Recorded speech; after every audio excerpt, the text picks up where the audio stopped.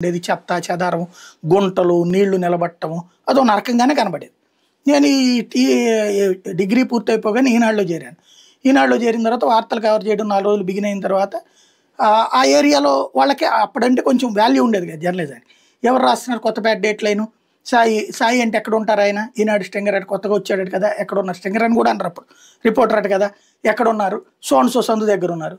మా area corporator నా దగ్గరకు వచ్చి కలిశారు, అట్లాగే వివిధ పార్టీల నాయకులు వచ్చి కలిశారు. అది అసలు పెద్ద విషయం కాదు, నా మామూలుగా నా ఉద్యోగం నేను చేస్తున్నాను అంతే. కలిసారు. ఆ తర్వాత చూస్తే నా రోడ్డు ఎప్పుడు క్లీన్గా ఉండేది. ఫస్ట్ రోడ్లు ఊడ్చేటప్పుడు నా రోడ్డుకి ఫస్ట్ ఊడ్చేవాడు. నేను అడగల అక్కడ ఎవరిని, వాళ్లే ఊడ్చేస్తారు. ఇట్లాంటి ఒక సిస్టమ్కి అలవాటు పడిన తర్వాత, అంటే నేను అనేది ఇక్కడ ఈ విధమైనటువంటి రికగ్నైజేషన్ చూసాం మనం. చూసిన తర్వాత ఇవాళ అట్టుండదు, లేనప్పుడు ఫీలింగ్ వస్తుంది. ఇప్పుడు బాబు గారి కాన్సెప్ట్ ఏంటి, అట్లాగా ఒక ఇబ్బంది పెట్టినటువంటి వ్యవస్థ నుంచి తర్వాత ఈ నాయకులకి మీకేంటి మీ ఇష్టం ఏది పబ్లిక్ కోరుకున్నటువంటిది చేసి పెట్టాడేమో జన్మభూమి కమిటీ. ఇప్పుడు నేను ఇదంతా ఎందుకు చెప్పానంటే, ఈ జన్మభూమి కమిటీ వాడికి మొదట ఆ గౌరవం వచ్చేసింది. అధికారి వీడు చెప్పినోడికి ఇస్తాడు, వీడు చెప్పినోడికే చేస్తాడు. అది మొదట్లో మంచి ప్రయోజనాల కోసం వాడారు, కార్యకర్తలకి అభిమానులకి అన్నటువంటి.